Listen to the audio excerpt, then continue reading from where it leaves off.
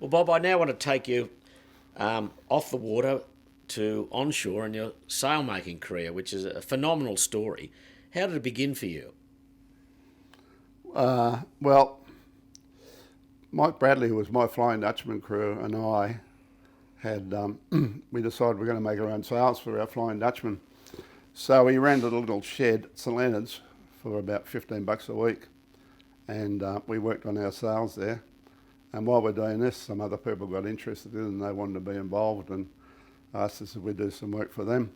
So we were both otherwise employed, but then I was at an age where I figured that you spend a lot of your life working, and so you should be doing something you really enjoy.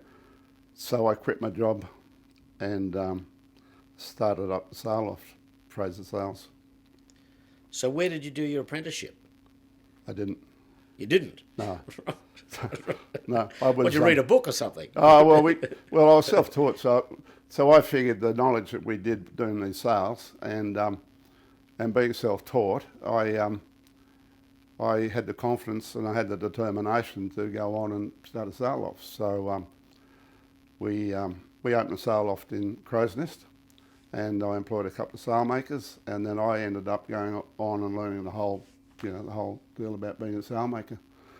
I might say I had the tractors at the time, but as I said, I was pretty determined, and I had a business background, and it was interesting then. And I could see, looking back on it, I figured I had different eyes because I hadn't actually gone through the whole sail making thing, and so I had a couple of detractors, but I ended up with 50 employees later on in the show, so didn't do too badly. No.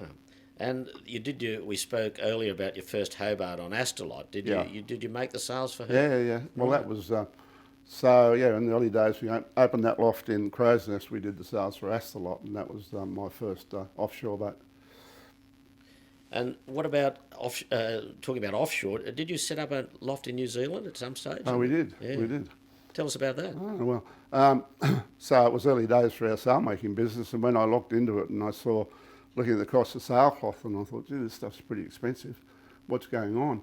And then I learnt there was 30% duty on sailcloth. Into Australia? Into Australia. Yeah. And then this was a protectionist thing for a company called Universal Textiles, was making a product called Contender, which has no bearing on the current Contender sailcloth, different company. And they had protection because,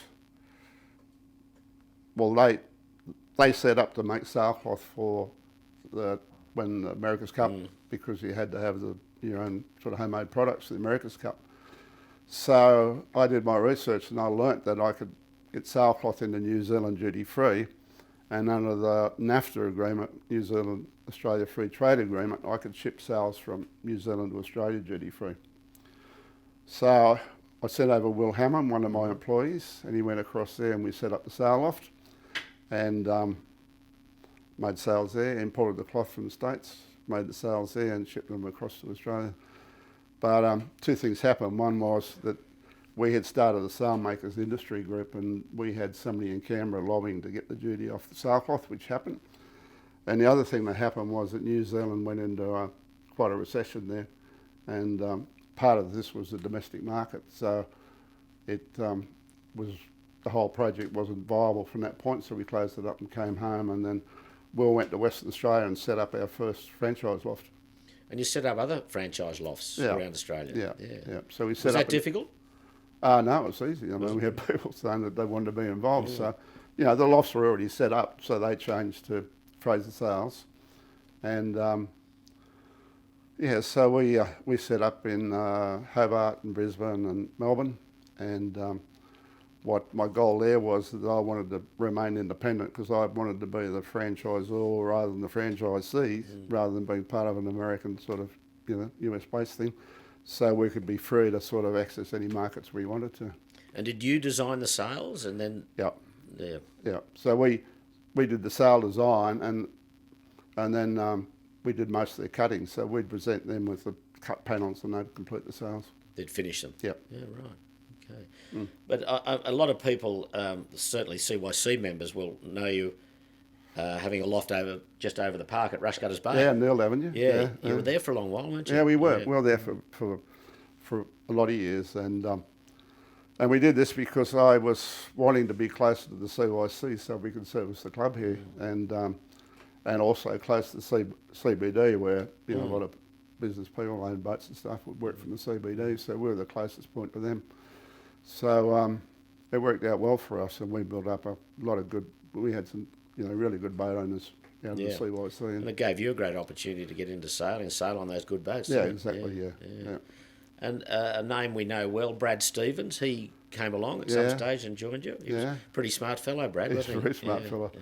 I mean, Brad, he had scholarships to 3 universities, but he wanted to be a sailmaker, and he wanted to later on get into sail design, and he certainly had the smarts, and I put him on, and he actually did his apprenticeship under me and learnt sailmaking. And then as we went into the early 80s and stuff, Brad he developed one of the first 3-dimensional sail design programs, and so he headed up the sail design through the 80s and onwards, and of course he was very crucial to one of the project we did later on, the D4.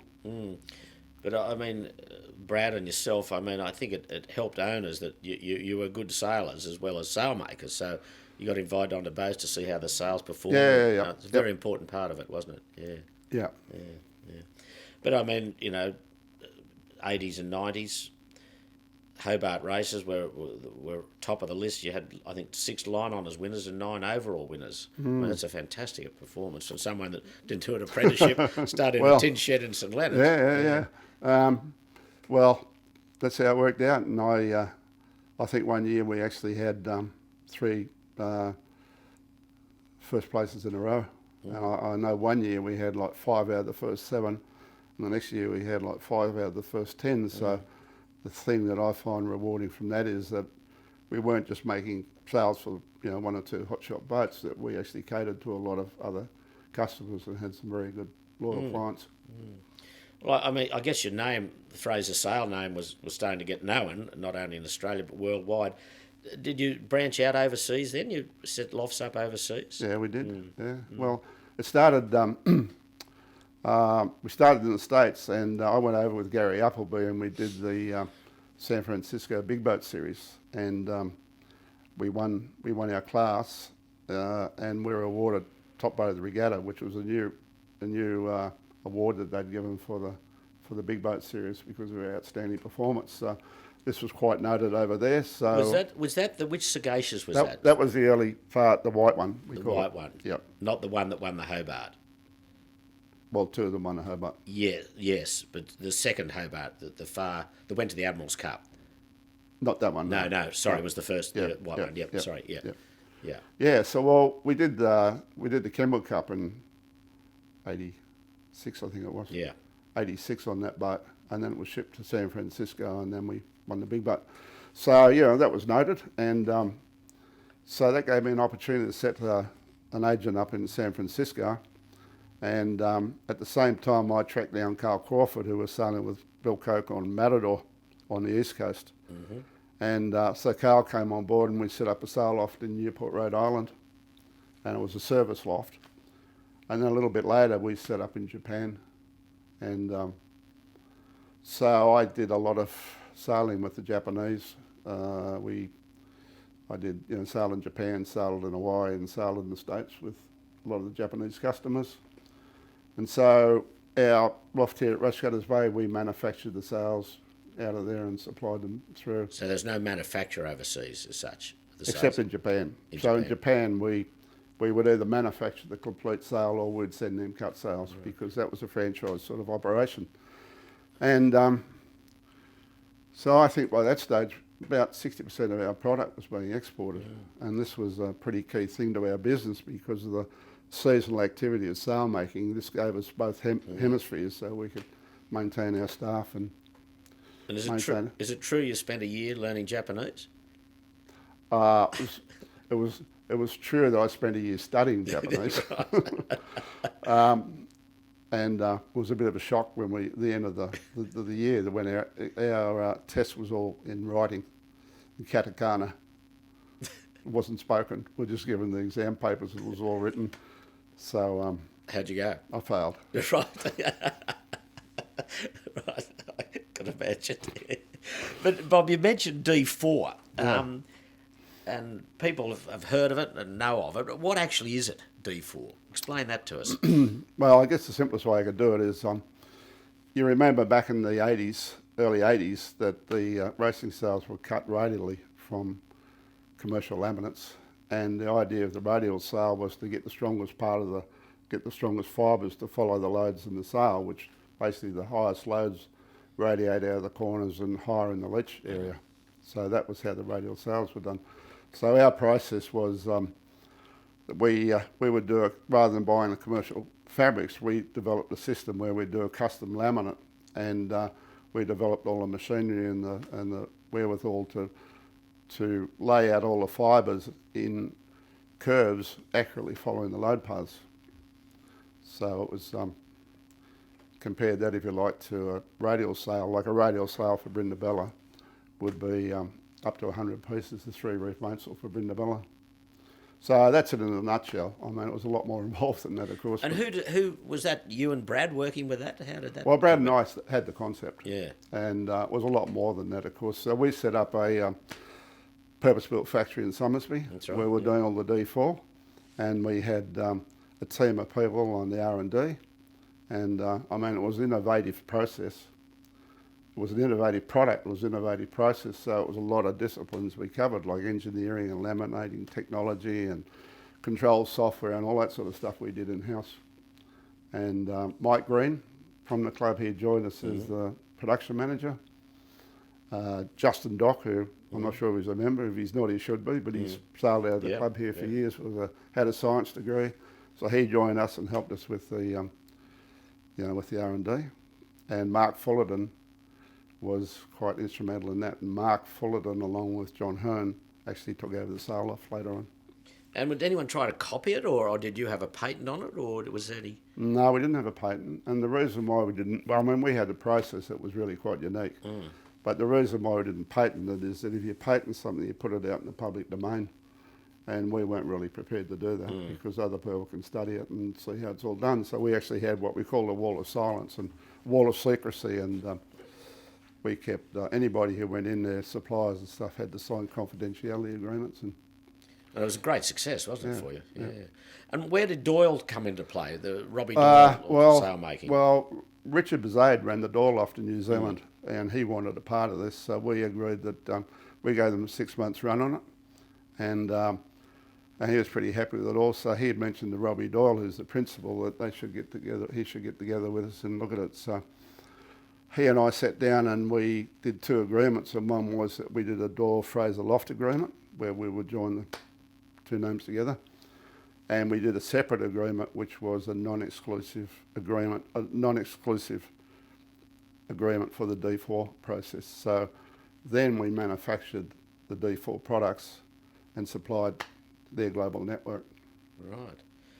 And were you supplying product to other sailmakers as well at the time? Yeah, we did actually. We supplied Hoods, Quantum, Vela Sails in Mallorca, who did a lot of the super yacht stuff. We supplied a company called Sails Incidents in France, who did a lot of the Fondue Globe stuff and the AMR 60 multi-hulls.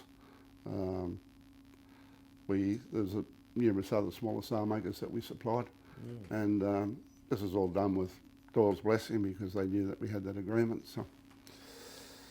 And with other sailmakers, did that implicate in any way in their IP at all, or? Yeah. Well, what happened there was with Doyle's, we would either supply them with a complete sail or with a membrane. Now the other sailmakers like Hoods and Quantum, they would design the sails themselves, the 3-dimensional shape, and Brad had written some software that we could interpolate their designs to run our machines to create the 3-dimensional membrane that they designed.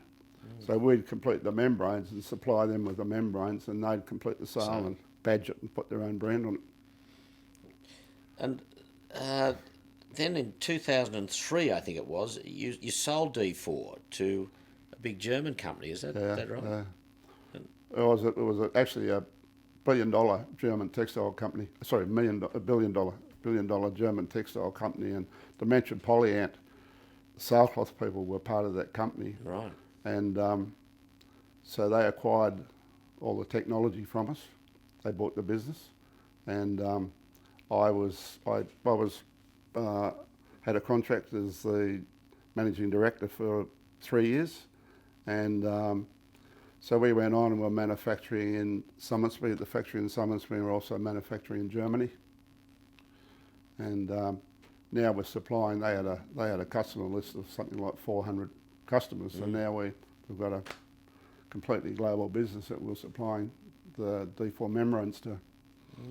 Did you ever think about setting yourself up in Europe at all? Well, we went very close to that. Did you? Yeah. And we had discussions with.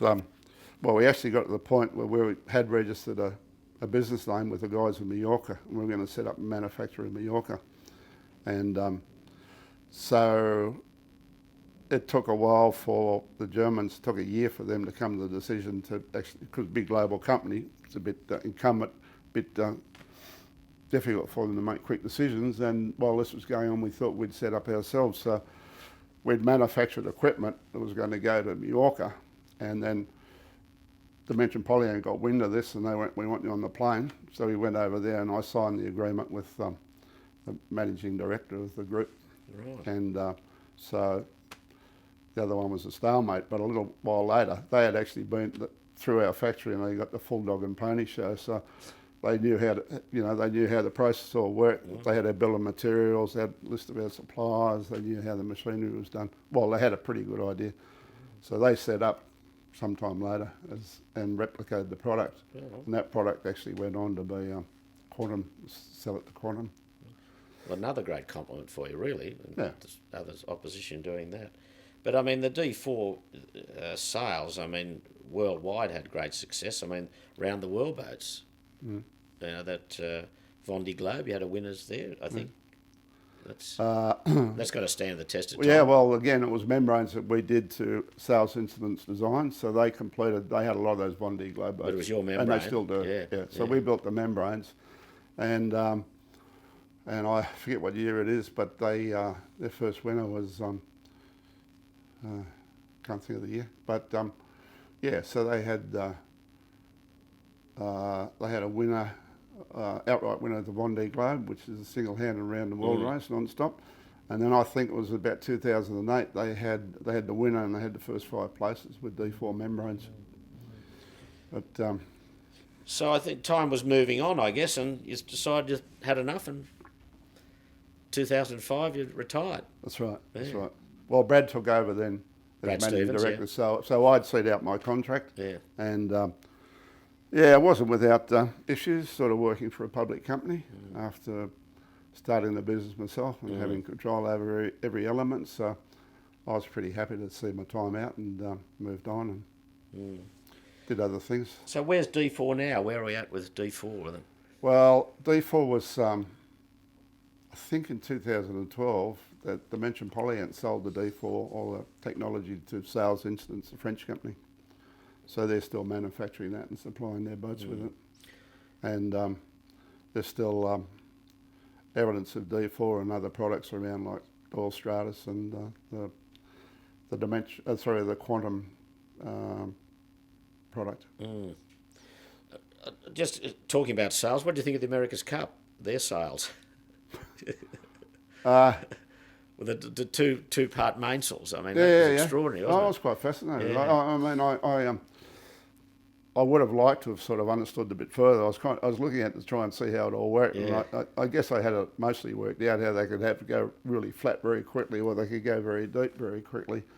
But there were some elements about. You remember when the British had the problem with the Cunningham eye? Yeah. And they had to call off the race. They had to ask for time because it was the controlling the Cunningham eye broke. And I thought, geez, like Cunningham eye wasn't quite that critical in the boats we sailed. So it obviously had quite a different role with those sails. But I think the boats are a great concept. I'm not sure we're going to see them in the Sydney Hobart race, but and I'm not sure really if it's the right spectacle the way it was done for the America's Cup.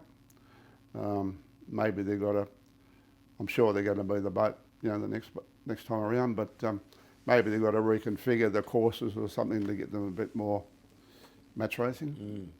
But well, Bob, an outstanding story. You're someone that started in a little shed in St Leonard's with no sailmaking apprenticeship to build up the company to what it was. You've got to, you must be very proud of all of that.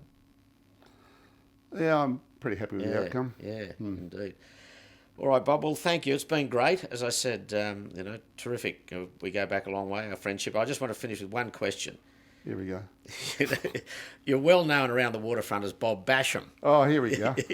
Why is that? Well, everyone says, oh, Basham this and Basham that. Why are you called Bob Basham? Well, you want to make claim on this. No, I don't. Well, Well, God, tell the story. It was the year I did the race on Deception, and we ended up in the casino, and you were at the same table, and you and Peter Gardner and a few other guys there. I remember we had dinner at the same table, we had breakfast. We had dinner at this table, and we had breakfast at the same table, so we're sitting there for quite a long time coming up with these stories. And the truth is that you and Gardner reckon I looked like some guy by the name of Bob Basham. Well, it certainly stuck. Yeah. And you can imagine there's a lot of stories have been associated with this. Like, I remember that Wolfie reckons he named me Basham because I barged in some J24 race, and there's like stories all over the place. So It's a colourful name. yeah, I know, but it's such a shame it doesn't have more meaning. That's right. Well, Basham, thank you very much. Thanks, Shipper. It's been terrific. It really has, and you must be very proud of your career, and it's great to have you a member of the CYC. Yeah, thanks very Keep much. going well. Thank you. Thank you.